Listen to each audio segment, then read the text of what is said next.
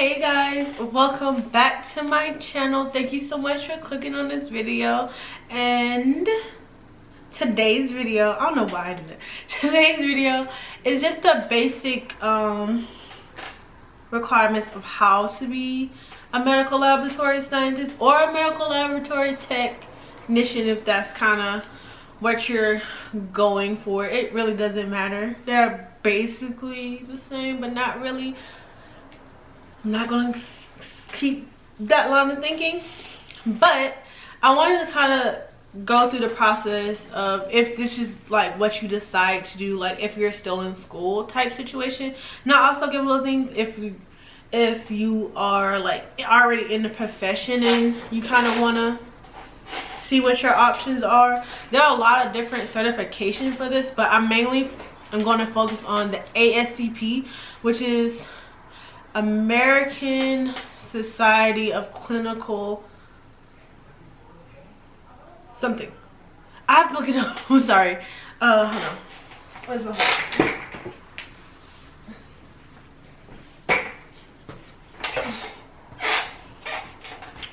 Let me look this up before I steer you guys wrong.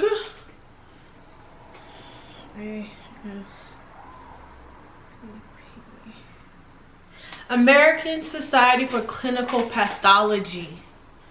Jeez, that's what it's called. So, first things first, you can look up Google ASCP, and it has a whole website full of information kind of telling you where you can go. Like if you're looking for programs, you can go by state and it'll show you everything in your state, and you can kind of see which is close to you, which has online, which doesn't. Kind of gives you, like, if you're looking for an accredited program, it needs to be an accredited program. You can narrow it down where you want to, like, what degree you want. So if you want MLT, it'll tell you MLT places. If you want a MLS, it'll show you MLS programs and everything like that, to make it really simple and easy. And it gives you links so you can go to these individual program pages and websites to be able to kind of see if it's the best fit for you. One of the main requirements, you need to finish your first 2 years of college, so like your freshman, sophomore year. It's basically to get your core classes out of the way and everything like that. So, and you also need to make sure you take organic chem.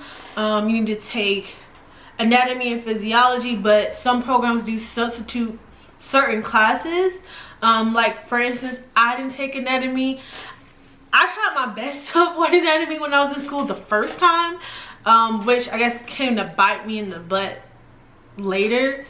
But I didn't take anatomy, but I took genetics and epigenetics and all of these more difficult biological classes to kind of cover that spot. And I also took physics. You don't have to take physics, but that's just something that I wanted to take and I really enjoyed it.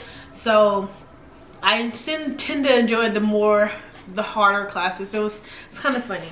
And you need, for my program at least, I can only go by my program.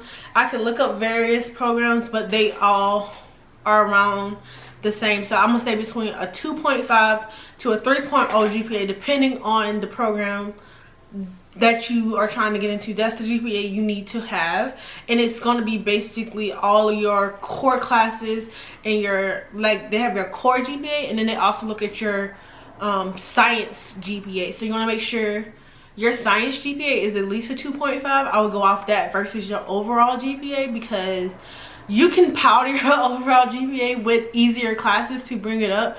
But if they look at your, like, science class GPA, like all your science classes combined, and it's lackluster, they probably won't let you in unless they make an exception or anything like that. So you want to make sure your science classes, your grades are really good. No lower than C.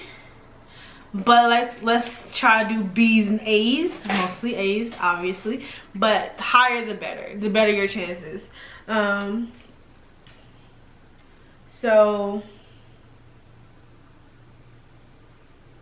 those are the basic requirements. So you need to have your core classes done, with specifically having your anatomy classes 1 and 2 and organic. You can have organic 1, you don't have to have organic 2. But they want you to have organic 1. And then for my program, for the health, any health major for my school, you have to have a health research credit. So you have to do a research class. I don't know if it's like that for every health college, but for my college, you have to have a health research credit. But I took research classes my last 2 or 3 semesters of college the first time, so that substituted for my research credit because I have research experience, I guess. Trying to think, those are like the basic ones. And my program offers 3 different routes. You have your traditional student route, which is, you know, you come on campus and do it. And then you have your fast track online. So essentially, if you're already in the medical field, you already work in a hospital at a clinical lab, and you want to get your degree, and you don't have it, like you don't have it, or and you're not an MLT, you can take that and like do all the classes online as you're working, so you can do it at your own pace. And from what I was told, you'll do 1 class at a time. So like you'll have micro for like, I think 6 to 8 weeks, and then you'll have a final for that, and then you'll switch to another class for another 6 to 8 weeks, and so on and so forth in that way. So it kind of helps you like focus on one thing while you're working, which, you know, I kind of want to do, but I didn't work in the hospital, so I couldn't really do it. And then the 3rd track is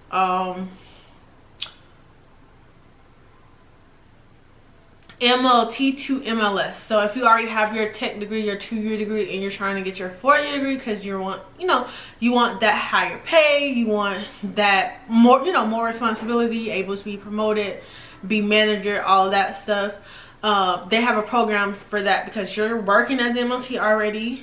You're just trying to get your MLS, so it's a lot less stress because you already know most of the material.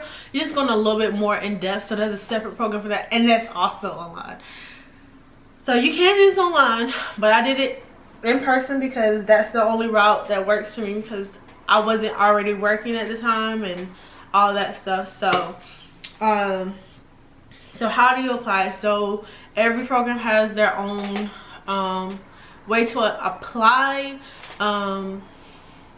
Because I originally applied to do it online, I couldn't, so they just switched me over to traditional.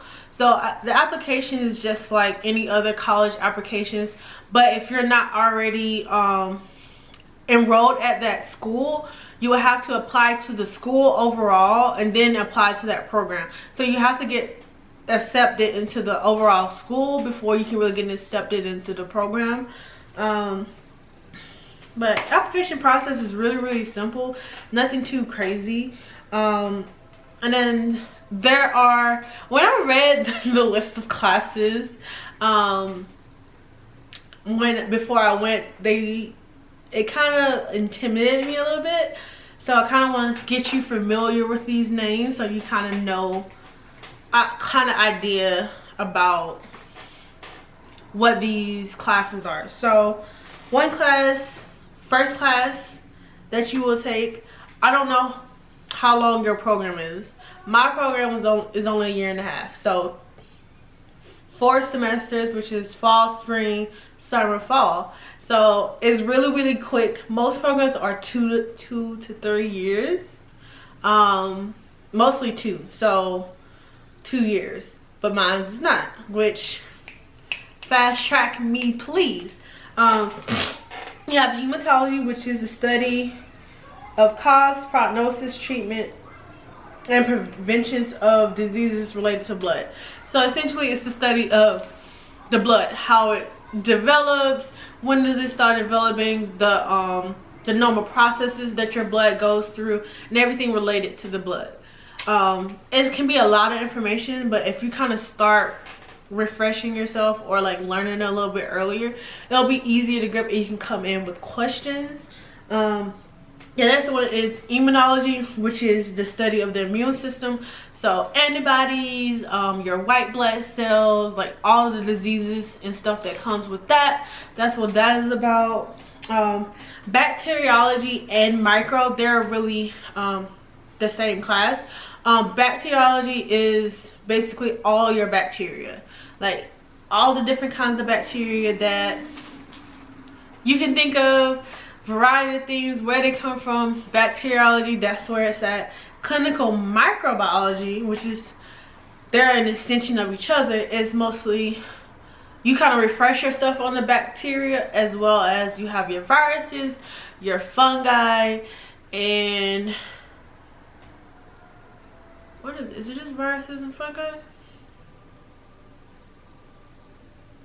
And like your acid fast bacteria, like tuberculosis and things like that, real things that you don't see too often. What else? You have clinical immunohematology, which is essentially blood bank. What if you don't know what blood bank, think Red Cross. So that's when you donate blood and then they make sure it's okay and ready for transfusions in hospitals and surgery and things like that.